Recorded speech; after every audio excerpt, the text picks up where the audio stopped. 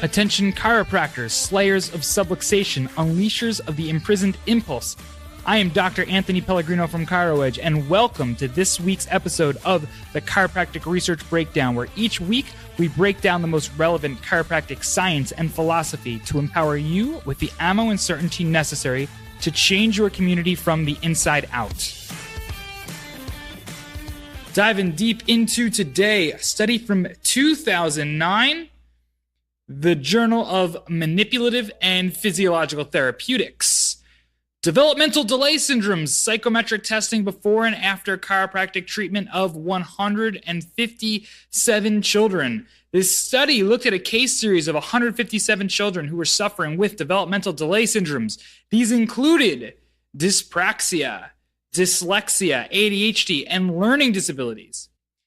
The authors here state, and this is from National, by the way, they state that poor muscle tone leads to postural disorders, sensory, motor, and coordination disorders, and kinesthesia. Because motor and cognitive functions often coexist, this study was undertaken to investigate whether chiropractic assessment and treatment of motor impairments in 157 children with developmental delay syndromes would have positive effects. So it's retrospective. It's looking at 157 children who entered a clinic in Switzerland between the years of 1993 to 2007. These people were under care on average somewhere between like 3 to 18 months. They assessed, using a third party, tons of cognitive functions using psychometric testing. On average, they said their initial evaluation took about an hour each. They looked at the complex figure of Ray test, which assessed for visual learning and memory, the Borel-Masony test, which assessed for auditory verbal perception, the Porteus-Maze test, which searched for motor and graphic planning, the Oriented Signs test, which assessed for visual discrimination and visuospatial memory, the Auditory Memory of Ray test, which assessed for immediate, mid, and long-term memory, the Piaget Head test, which assessed for right versus left awareness, the Rhythm Production Test of Standback, which assessed for audio perception, discrimination, and temporal orientation, and the Facial Motricity Test of Standback, fine motor coordination of facial muscles. Now, I apologize to anyone who is really familiar with those tests if I butchered any of the words, because I don't know how to pronounce all of those. Anyway, they use AK, or applied kinesiology, to evaluate and adjust, which involves a lot of muscle testing. And overall, for the untrained eye, voodoo. AK is very interesting. Love those docs, like addressing subluxation. It's interesting stuff. All right. So they assessed for motor dysfunction and muscle inhibition using manual muscle testing. And what they found is that it was actually present in all 157 children who entered the clinic. So they found, I guess this was their way of assessing for subluxation. They don't use those words, though, obviously, because it's out of National. But yeah, that's what they did to assess for whether or not they were going to adjust or manipulate or whatever else they said they were going to do. Following adjustment, they said the most common reports from parents were increased ability to concentrate, maintain focus and attention, and control muscle impulsivity. The results, the Ray Memory Richness tests, 82% of children improved. The Ray Copy Richness test, 74% of children improved. What this shows is that following chiropractic care, which they did, they looked at resolution of symptoms. So it's not like ongoing care. They had a clear end and beginning, which varied differently for every person. But after discontinuation, they sent them back for all of that hour-long testing. And so they found 82% of children improved with the Ray Memory Richness. Ray Copy Richness, 74% improved, and that indicates visual memory, spatial orientation, and organization for copying a complex figure, which is awesome. They found that 82% of children actually moved to a higher percentile in the Borel-Masony test. This indicated that auditory verbal perception and memory were improved. Other memory tests for long-term, mid-term, and immediate auditory memory tests were improved. Reading comprehension improved because of massive changes of working memory. Directed attention test only improved in about 10 to 30% of children, depending on each of the three different tests. So it was like 10, 20, and 30% of children improved.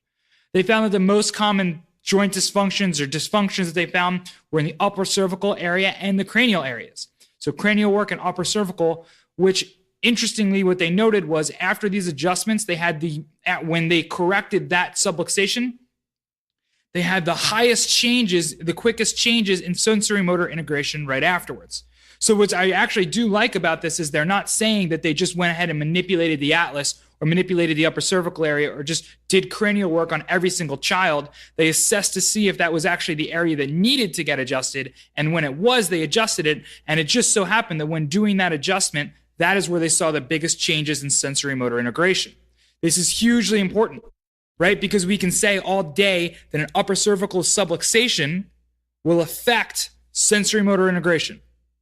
But if you just go out there and say that, maybe not every child needs an adjustment there. We know that that's the subluxation that causes these issues, and it's the correction of this issue, the correction of this problem, the restoration of this structure that allows for the improvements. If we just say that the adjustment itself is what shows improvement, that means that we are performing a therapy. That means that if we just randomly take any child and adjust their upper cervical area, they should see improvements. Guess what? Not every child has a subluxation there. Does that make sense? I hope that makes sense. I can't think of a good analogy off the top of my head, but I hope that that makes sense. Because if we were just go in there and say that the upper cervical change, the upper cervical adjustment itself is what made the change, then we take out all of what chiropractic care is, because we take out the entirety of the detection and correction of vertebral subluxation. So the subluxation itself is what impairs the sensory and motor integration. And when we reduce and remove that subluxation, that's why these children saw these changes. So National, you're so close. You're so close here to actually saying things that make sense principally. You just need to change a couple words, but you're a lot better than a lot of other things you've put out in this article. Granted, it's back from 2009. So this is amazing. We're seeing that 157 children presenting with developmental delay syndromes, massive percentages of them are seeing changes in all these different areas. Dyspraxia, dyslexia, ADHD, learning disabilities, attention, focus, memory, etc. Now, it's not that chiropractic, once again, is a treatment for any of these different things. However, analyzing for and correcting subluxation when present will allow each and every child to function and heal at 100% of their best. It just so happens that many of the children who enter your office, when they do enter, are not functioning at 100% of their best. So you can't guarantee that when we adjust a child, they're going to have better focus and better memory. But we know that the research supports that significant numbers of children will see significant numbers of results with chiropractic care. All right, guys. Dr. Anthony Pellegrino from ChiroEdge. This was the Chiropractic Research Breakdown. Thanks for listening. Please share this with a colleague, a student who maybe is a bit skeptical about the principled chiropractic. Maybe they don't think that it's scientifically based. Maybe they're afraid to use words like adjustment. Maybe they're afraid to use words like subluxation because they're obsessed with the scientific component. And in many schools, I've had people reach out to me to say in many schools, we're taught to believe that the principled chiropractors like me and like you who are watching don't care about science. But the fact is, guys, that it's not just our research, it's all research out there points to that correcting subluxation impacts the quality of life regardless of condition. So I'll leave you with that today, guys.